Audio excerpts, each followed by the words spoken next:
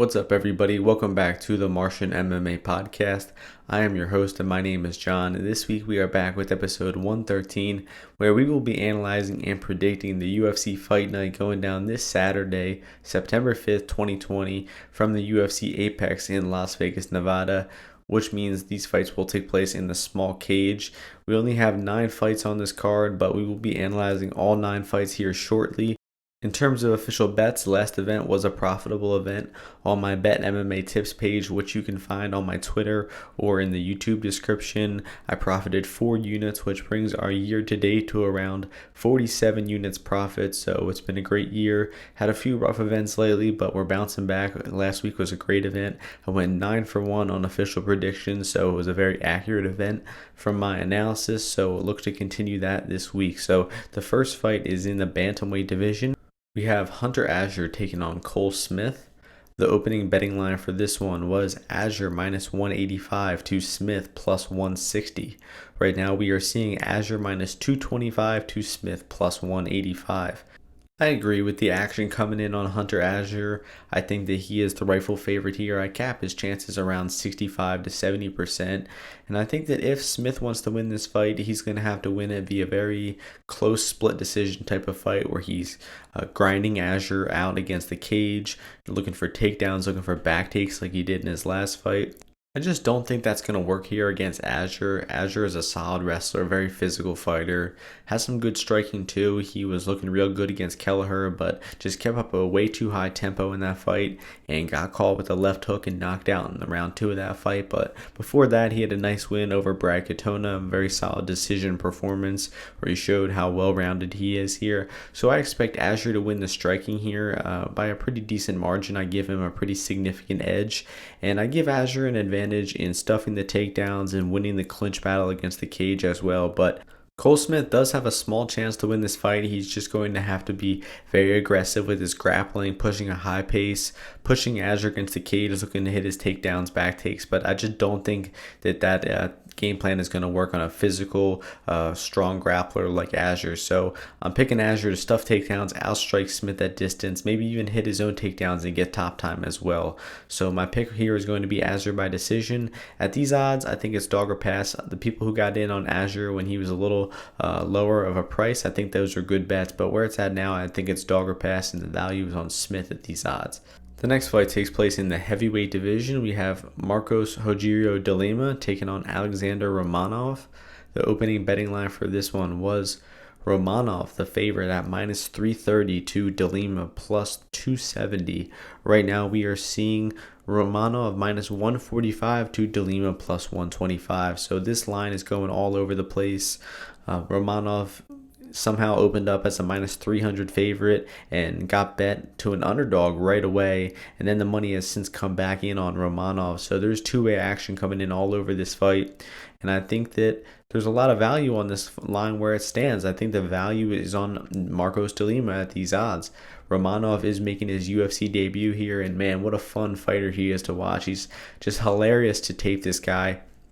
He was real fat in his early fights, had a huge gut, and would just chase at his opponents right when the fight starts, hit a big takedown, big slam, suplex, and then just smush them with his huge body from top position. Doesn't really have great ground and pound, doesn't have great submissions, doesn't have great top control, but he's just such a huge guy and so aggressive that he was just out grappling and submitting and TKOing lower level opponents over in Russia. But I think that this is going to be his toughest test to date by a good margin, and I'm pretty unimpressed with Romanov striking. He did start to throw a left body kick in his most recent fights. It looked like he dropped some weight too. He's definitely not as fat, so he's getting more serious about his fighting career. But I think de Lima will be the better striker here by a good margin. We saw de Lima deal with a powerful, aggressive guy in Sassoli in his last fight.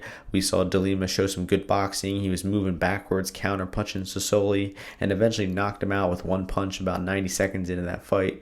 And we've seen de Lima also get taken down by Wachorczak, use a nice sweep to reverse Wachorczak and start out-grappling Wachorczak in the later rounds of that fight. We saw him knock down Steven Struve. So we saw a lot of good things from de Lima lately, despite him not having the most impressive wins on his record.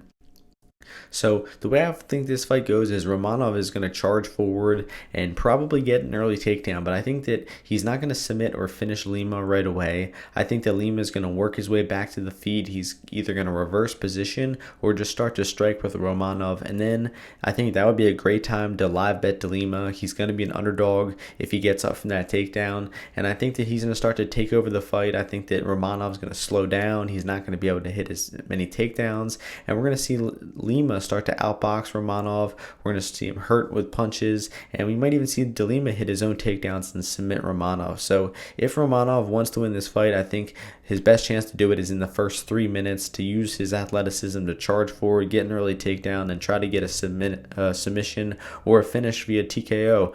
But I just haven't been impressed with his top game enough. Haven't seen him fight good enough opponents to think that he's going to come in here in his UFC debut and beat a tough veteran like De Lima. So the pick for me in this fight is going to be De Lima. I think he probably gets it done by round 2 or 3 finish. Very, very low chance this fight his decision, although both of these guys don't have terrible cardio. I have seen Romanov in round 3 a few times, and I mean, he looks slow and sloppy, but he did get the win in round 3 of both of those fights. So it's a very winnable fight for Romanov if he does the right things. I just don't trust him yet. He might come in here and get a quick finish, but I'm picking Lima to weather the early storm and to win this fight in the later rounds. So I'm going to be betting Lima small before the fight, maybe just 1 or 2 units, because it's low-level heavyweight. You can't go too crazy. But then I plan to add more to Lima in the live bets midway through round 1 once he gets up from that takedown. So the pick for me is going to be Lima by round 2 finish. And there's a lot of value left at plus 125, and look to live bet to Lima. The next fight takes place in the women's flyweight division. We have Montana De La Rosa taking on Viviana Araujo. The opening betting line for this one was Araujo minus 110, De La Rosa minus 110, a pick'em. Right now, we are seeing Araujo minus 175 to De La Rosa plus 155. So the action has come in on Araujo. I agree with Araujo being the favorite. I just don't think that she deserves to be this much of a favorite. I certainly wouldn't be betting Araujo myself at minus 150 or above. She's just way too unreliable to trust at that price. I mean, she's shown some decent striking in the UFC so far. She's got that in and out style where she throws a lot of boxing, a lot of heavy hands, but she uses a lot of energy. She does not conserve her energy well, and she tends to slow down in the later rounds of her fight. She hit a takedown on Alexis Davis in round 2 of their fight, but then she got reversed and taken down and spent about 2.5 minutes on her back, was going full guard, had no ability to get off her back, and I'll give her credit. She did come back well in round 3, outstrike Davis in round 3, stuff some takedowns, but she did show some weakness to getting taken down and stuck on her back in that fight. And then in the Jessica Eye fight, she really slowed down in that fight. Her cardio failed her massively. In round 2, she was already tired, and she was getting outboxed by Jessica Eye for most of that fight. So another bad sign from Araujo. And we saw her get that knockout over Bernardo in her first fight, and we saw her look impressive, and I think the people are still kind of overrating her since then. And getting over to De La Rosa, she's a tough fighter. She likes to march forward and shoot a lot of takedowns. And in the Andrea Lee fight, she just got her ass kicked pretty much the entire time. She got lit up with punches, but she charged forward and shot about 12, 13 takedowns, and she hit a lot of them. She didn't get much top time. Andrea Lee had some pretty good get-ups in that fight. She was able to get off her back pretty quickly, and De La Rosa didn't do much with the takedowns, but she showed good initiative. She was getting hit, she was losing the striking, but she wasn't giving up. She was charging forward, and she was shooting takedowns. And I think that might be enough to beat Viviana Araujo here, because the problems that I saw Araujo show off of her back, I think, could be exploited in this fight. With a decent wrestler like De La Rosa, she has ability to keep top control, to land ground and pound, to even look for submissions at points. So De La Rosa is actually not completely outclassed on the feet as well either. I think that Araujo will be the better striker, better boxer, but De La Rosa has okay striking. She can throw some straight punches and straight kicks and not be totally helpless on the feet here. So I like De La Rosa's chances in this fight. fight. I think that this is more of a 55-45 type of fight for Araujo. So I think there's some value left on De La Rosa. I have one unit on her at plus 175. I will likely end up tracking that bet because I do think there's some good value, and I think that this has a close decision written all over it. I think that we could even see De La Rosa steal this fight, maybe win rounds 2 and 3 once Araujo starts to slow down with her top control and her takedowns. So I think I'm going to go with Montana De La Rosa as my official prediction. I just cannot trust Viviana Araujo to stuff takedowns and to put on a good 3-round cardio performance this way into her career. She just has not proven to do that against solid competition. So the pick once again is Montana De La Rosa by decision.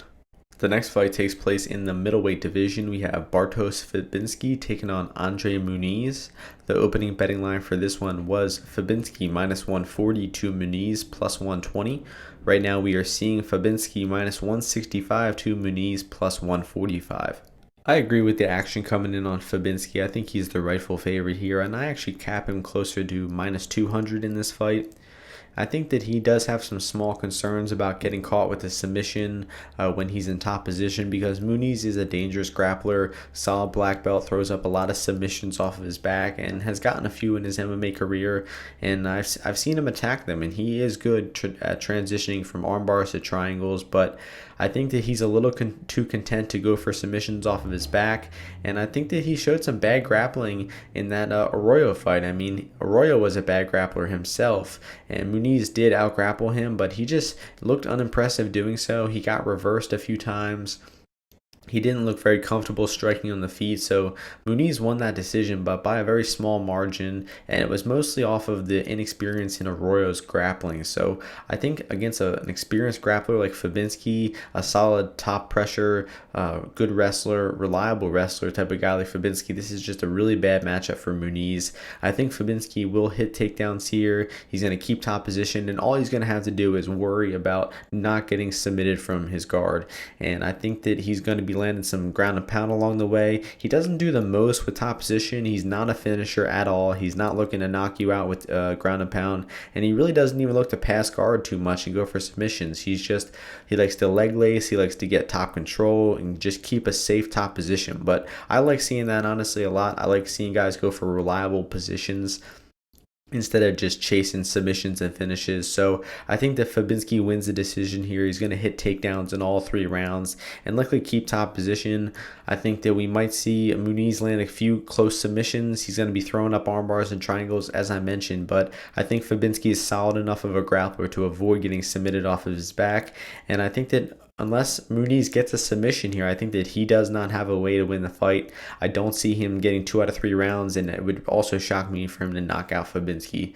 Although Fabinski does not have the best poor striking defense, got hurt badly by Pereira not that long ago. I don't think that Muniz is going to capitalize on that, and I think that Fabinski hits takedowns and keeps top position and wins via decision here. So I have 2 units on Fabinski at minus 145. At this minus 165 price, there is some value left because, as I mentioned, I do cap him closer to 65 to 70%. So Fabinski decision is the pick here for me. The first fight on the main card is in the lightweight division. We have Thiago Moises taking on Jalen Turner. The opening betting line for this one was Moises minus 205 to Turner plus 175. Right now we are seeing Moises minus 150 to Turner plus 130. So more action coming in on the dog Turner in this one, and I think the early action on Turner was right, and I actually joined that action at plus 168. I saw people were betting Turner, and I thought that he was going to drop down in price throughout the week, and he did. And I'm not really married to the bet. I think I probably will hedge out some of it at some point because I actually think Moises wins this fight, and I see why people think Turner has some advantages. Moises struggled with his striking versus Michael Johnson not that long ago. He was getting outboxed in round 1. He was getting his takedown stuffed, but then he sprinted at Johnson in round 2, got a takedown, got an ankle lock, and pulled off an amazing submission victory somehow against the flake Michael Johnson. But people just saw him getting outboxed by a long, rangy guy in that fight, seeing getting his takedown stuff, and they think that Jalen Turner is the guy to stuff takedowns and to outstrike him here. But I'm not so sure that Turner is ready for this test yet. I think that Turner has shown a lot of weaknesses in the UFC so far, mostly around his defensive grappling. And the one fight we have to look at is the Matt Frevola fight. And Matt Frevola is a much more explosive wrestler, a better wrestler than Thiago Moises. So that's something you have to point out right off the bat. But Turner got taken down a lot in that fight. He got stuck on his back. He showed some bad tendencies with jumping guillotine at certain points. He just doesn't seem to have great wrestling instincts. Has some decent jiu-jitsu skills, but just tends to rely on those. Like, whenever you see a guy going for the guillotine to stuff a takedown, it's just never a good idea, in my opinion. And I think that just kind of shows that his inexperience in grappling is a thing. And I think that even Turner's striking, although he does have some good technique, solid accuracy with his long frame, good straight punches and knees, I think that he has a bit of a lack of power. And the reason I say this is because on the Contender Series, he has his opponent badly hurt and was not able to knock him out. The fight was finished by a corner stoppage, but Turner had him badly hurt and still wasn't finishing him. And same with Josh Culibao, a low-level opponent, does not deserve to be in the UFC at all. Turner was beaten up on him for 6, 7, 8 minutes before he finally finished him. So I just think that shows a lack of finishing ability from Turner, and I don't think he finishes Moises here. So the way he's going to have to beat Moises is to stuff takedowns and to outstrike him for 2 out of 3 rounds. And I just don't think that he has shown the takedown defense yet to think that we can trust him to stuff the takedowns of Moises and to outstrike him, because Moises is a solid striker as well. I mean, he outstruck a lot of guys in the regionals, had some nice head kick knockouts on the regionals, and then even his fight against Kurt Hollebach showed some good striking against a solid striker in Hollebach and was able to outstrike him there. He has solid boxing, good kicks. So Moises is very well-rounded. I think he's the more well-rounded of the two, and I think that the value is on Moises right now. I think that he deserves to be about 60-65% in this fight. And I don't like the way that he got his takedown stuff versus Johnson. He wasn't really setting the takedowns up well. And if he does that here, he could face some problems against a guy like Turner, who is improving his defensive grappling but still has a long way to go. And I think the small cage favors Moises a lot less room for Turner to move around, a lot less room for him to stuff the takedowns. So the small cage favors Moises. I think that he does hit takedowns here at some point, and I think that if he hits takedowns, it's probably going to be the round. It's going to be either he wins the round or submits Jalen Turner on the ground, because I think that there's just levels to the grappling in this fight. Moises is a tremendous jiu-jitsu champion, and Turner is very inexperienced in the grappling. So I think that the striking will be competitive. I think that I'm going to give a slight advantage to Turner because of his frame, his long reach, and his knees and his straight punches. I think he has a slight advantage on the feet, but Moises has a massive advantage on the ground, and I think that he does hit takedowns in this fight, and that is the difference in this fight for him to win. I'm going to go with decision as my official prediction, but I think the submission is very live here too. So Moises by decision is the pick, and at minus 150, the value is on Moises. The next fight takes place in the featherweight division. We have Brian Kelleher taking on Kelleher-Natividad. The opening betting line for this one was Kelleher, the favorite, at minus 180 to Navidad at plus 140. Right now we are seeing Kelleher minus 230 to Navidad plus 190. I agree with the action coming in on Kelleher. He is the rightful favorite here. Navidad is coming in on short notice and moving up a weight class. He's normally a 135 fighter, going up to 45 on short notice for his UFC debut. And I was pretty unimpressed with what I saw from him on tape. He does have 4 wins in LFA. And I will say that he looked better than ever in his most recent fight against Estrada. I thought his striking looked a lot improved in that fight, but before that, his striking was pretty wild, not very technical. He's very aggressive. I will give him that. He comes forward, he throws punches, and he did score a nice right-hand knockout in his last fight. That was the only sign of power that I've seen from him, though. So I don't think that we can really rely on him to have good power here. I think that most of his fights, he ends up shooting takedowns, but he's not really a great wrestler. A lot of his takedowns were stuffed, and the fights end up in a cage push battle where it's just grinding against the cage and clinching for 3 or 4 minutes, and that happened in a lot of Navidad's fights. He even lost some rounds going for takedowns and eating elbows when he was going for the takedowns and getting outstruck. So I think that Natividad isn't UFC level and is kind of just coming in here for this short notice opportunity. I do give Kelleher advantages everywhere. I think he's the better striker and the better grappler, and I think that Natividad could make the fight competitive just by being aggressive. He's coming in on short notice. He seems like he's the type of guy to just go for it in round one and just be aggressive. He's not going to fight safe and try to make it to a decision. It seems like he's going to come in here to win the fight. So the fight could be close. If that's the case, I think Kelleher could have a close round one, but Kelleher's experience, his cardio advantage, and I think his just well-roundedness will start to come out in rounds 2 and 3, and he will win the fight. So Natividad just doesn't have a real clear path to victory for me. I could see him pushing Kelleher against the cage for minutes at a time, but I don't think he'll keep him there. I don't think he'll take Kelleher down. Kelleher is a pretty solid defensive grappler. So the pick for me is going to be Kelleher decision. I think that Kelleher could get a finish along the way because he does have some finishes on his record recently. The knockout over Azure, the choke over Osborne. So Kelleher has been finishing his fights lately, but I think he gets this one done by decision. I think Natividad will be tough and experienced enough to make it somewhat of a competitive fight, but still lose pretty clearly. So the pick once again is Kelleher by decision. At these odds, there is some value, but I wouldn't be betting this fight straight. Maybe throw Kelleher in a parlay or something like that. But the value is slightly on Kelleher at these odds. I would cap him closer to 70% in this fight. So Kelleher once again, decision is the pick. The next fight takes place in the welterweight division. We have Lima-Romanov taking on Michel Pereira. The opening betting line for this one was Pereira minus 135 to Imadaev plus 115. Right now we are seeing Pereira minus 115 to Imadaev minus 105. So the early action in this fight came in on Pereira. He was actually a minus 180, 170 favorite for a short amount of time, but rightfully so, the action came in on Imadaev as an underdog. And I think that Imadaev at plus 130 or higher is a good bet, but where it's at now, I think that the value is on Pereira, and I'm actually going to be picking Pereira to win this fight. And I like him in this fight. He's a tough fighter to bet as a favorite because he's inexperienced in the UFC, and he's just got that crazy style where he's jumping off the cage and doing backflips and acrobatics or whatever in the octagon. So he's hard to rely on for that reason, but I honestly liked what I saw from Michel in the Diego Sanchez fight.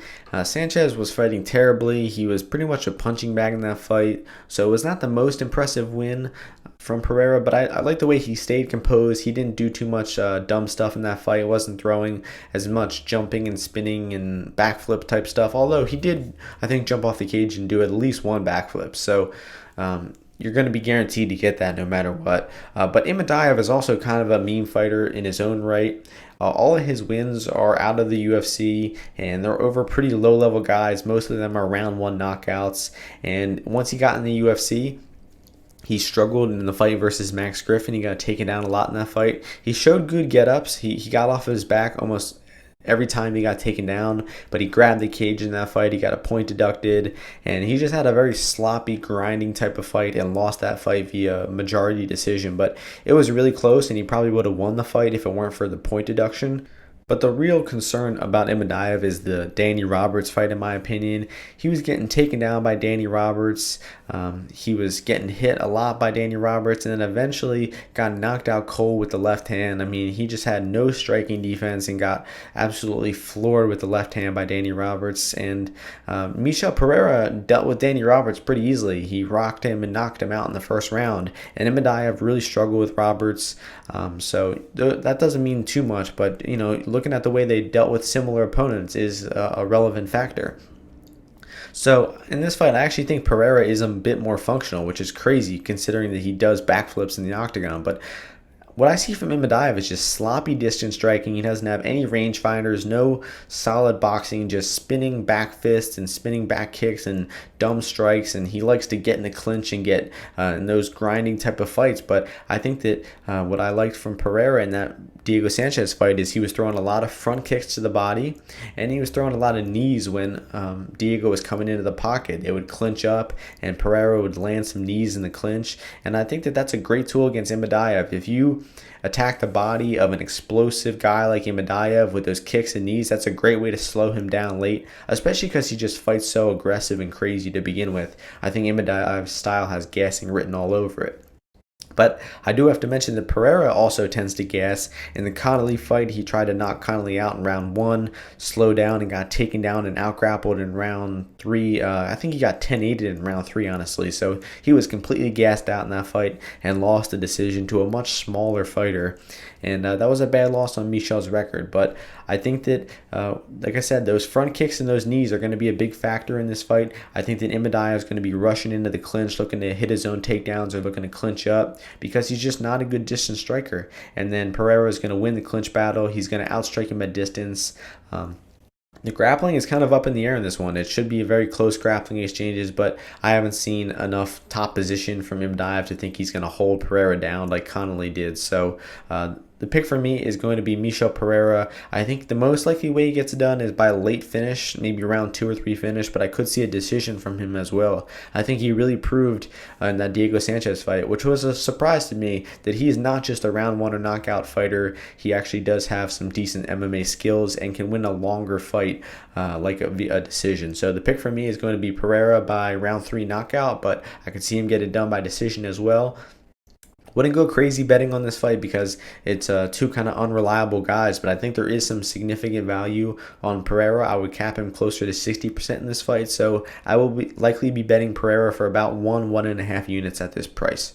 The next fight takes place in the light heavyweight division. We have Overeem-Menifield taking on Ovince-Saint-Preux. The opening betting line for this fight was Menifield minus 115 to OSP minus 105. Right now we are seeing Menifield minus 135 to OSP plus 115. So more action coming in on Overeem-Menifield. This fight is rescheduled from about 2 weeks ago. I think I analyzed the fight on my podcast. I definitely did because the fight got canceled the day of. So I'll try to keep it the exact same, although I did not re-listen to it, so it's not going to be identical. But my thoughts really haven't changed. I still think Menifield wins the fight. I don't think both of these guys are very good at all. I mean, Menifield is kind of a raw fighter. He's an incredible athlete. I mean, huge muscular guy, but I just don't think that he is an incredible fighter. I don't think he has a lot of skill to his game. And then OSP is just an extremely frustrating fighter. I mean, most of his wins, he wins by losing the fight for a while and then having a comeback takedown and submission or comeback knockout. He's not really a functional fighter, and he's looked really bad in his few fights lately. The one good fight that we did see from him was versus Mikhail Olechechuk. He was getting rocked badly in round 1 of that fight, but he weathered the early storm. He started to hit takedowns and got a choke in round 2 of that fight. But if you look at his most 4 recent fights, I mean, he got soundly outstruck by Dominic Reyes for all 3 rounds and knocked out in the last round. Nikita Krylov, he attempted an incredible amount of takedowns in round 1. He hit 4 takedowns, but Krylov bounced right back up to his feet in all 4. OSP gassed out and got choked down in round 2 of that fight. I just mentioned the McCall fight and then the Ben Rothwell fight where he threw like 80 strikes in the entire fight. He attempted 87 strikes and 0 takedowns and landed only like 30 strikes. I mean, he's just super low output, doesn't have any initiative. It doesn't seem like he really wants to win the fight. So the only time we've seen him actually show initiative in round 1 lately was versus Krylov. And when he did so, he gassed out. So I just don't think that OSP is a very fit fighter at this point. I don't think he's really capable of winning fights against other good UFC fighters. And that Rothwell fight just proved it. I mean, he looked so disinterested in winning that fight and just did nothing to convince the judges that he won those rounds, and he lost that decision, rightfully so. So I think Menifield is the much better striker. He's going to be dangerous in round 1. He throws it with a lot of power in round 1. The power drops off heavily after that, but as long as he doesn't chase a knockout like he does in some of his fights, I think that Menifield will have the cardio to win 2 out of 3 rounds here. If he's just outstriking OSP at a slow pace at distance, I think he'll win that. I think that he could knock out OSP in round 1 if he's aggressive enough. And Menifield's takedown defense was solid in that fight against Dev Clark. He gassed out in that fight and was outstruck by Dev Clark in rounds 2 and 3 of that fight. But he did stuff a lot of takedowns. He stuffed like 8 or 9 takedowns in that fight. He eventually got taken down in round 3, but I think that Menifield will stuff OSP's early striking wrestling attempts, and Menifield will outstrike OSP on the feet, possibly even landing a knockout. So I favor Menifield pretty heavily in this fight. I think he should be actually closer to minus 200 here. I think if you get rid of that Clark loss and this fight's happening a few months ago, then Menifield would be minus 200 here. So I think that Menifield deals with OSP very safely. I think that he gets the win here. I think my official prediction is going to be Menifield by decision, actually. I think that Menifield won't chase the knockout here, and he's just going to be content to outstrike OSP at distance. So the pick is Menifield. I think that minus 135, there is some value there, and I will be betting him at that price likely. Haven't locked in any action yet, but I think there is value at minus 135. So the pick once again is Menifield by decision. The next fight is the main event of the card. In the heavyweight division, we have Alistair Overeem taking on Augusto-Sakai. The opening betting line for this fight was Overeem, the minus 270 favorite, to Sakai plus 230. Right now we are seeing Overeem minus 155 to Sakai plus 135. So more action coming in on the underdog, Augusto-Sakai. I think that early action when he was plus 200, plus 170, something like that, those were good bets. But anything below plus 170, I don't think they're good bets on Sakai. So where the line is at now, the value is on Alistair Overeem. He's the much more experienced fighter. He's the much more well-rounded fighter. I think he's the better striker, better grappler. And even though Overeem is way past his prime, even though his chin is, deteriorating after every fight, he still is the better fighter, and I'm still picking him to win here. I favor him more close to minus 200 here. So where the opening line was set was more accurate. And Sakai is just such an underwhelming fighter. He's just a basic boxer. He throws an occasional kick, but he's not aggressive. He's not high output. He doesn't have a tremendous amount of power. And he tends to start the fight slow and maybe pick it up later. And he's even had a few dodgy decisions in his career. The Ivanov decision was a fight that he probably would have lost if he hadn't grabbed the cage. He got taken down in that fight. He got outboxed in the pocket of that fight. And then you got to look at the Arlovski fight as well. I think Sakai clearly lost that fight. I mean, Arlovski outboxed him in rounds 1 and 3 of that fight. It was a rather clear fight to score, but somehow the judges gave it to Sakai.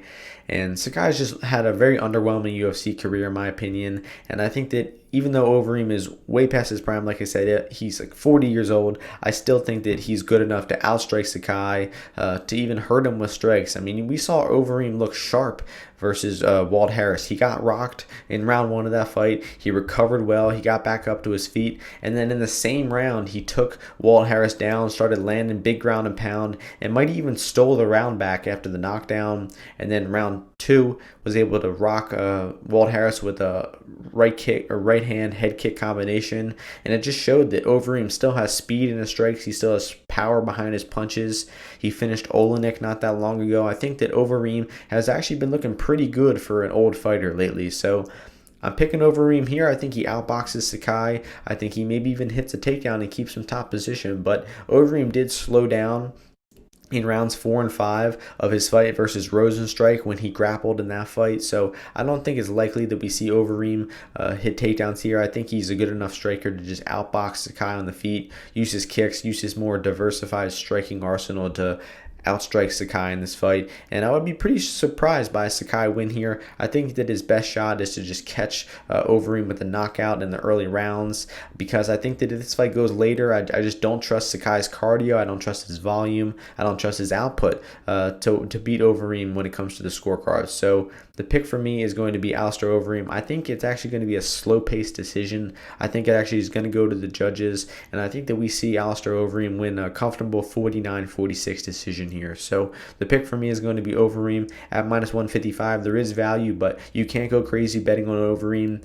He's an old heavyweight, so you can't lay a lot of your bankroll on him. But there is value at minus 155. I do cap him closer to 65-70% here. So the pick for me is Alistair Overeem. I think he gets it done by decision. So that is going to do it for the podcast this week. We analyzed all 9 fights. I mentioned I have some bets locked in for the card. The only bets I have tracked on Bet MMA so far are the Bartosz Fabinski 2 units at -145. And I mentioned I will likely end up tracking my Montana De La Rosa action and might even track Michel Pereira action as well. Same with Menifield, and might end up on some different spots here too. So check out my Bet MMA tips page to see all my official bets. You can find it on my Twitter, and you can find it in the YouTube description, where I won 4 units last week, and I'm up 47 units for the entire year. So I look to keep it going this weekend and win some bets. Hope you all enjoyed the podcast. Hope you enjoy the fights this weekend. Hope you win some bets this weekend as well. So I will see you all next week. Peace.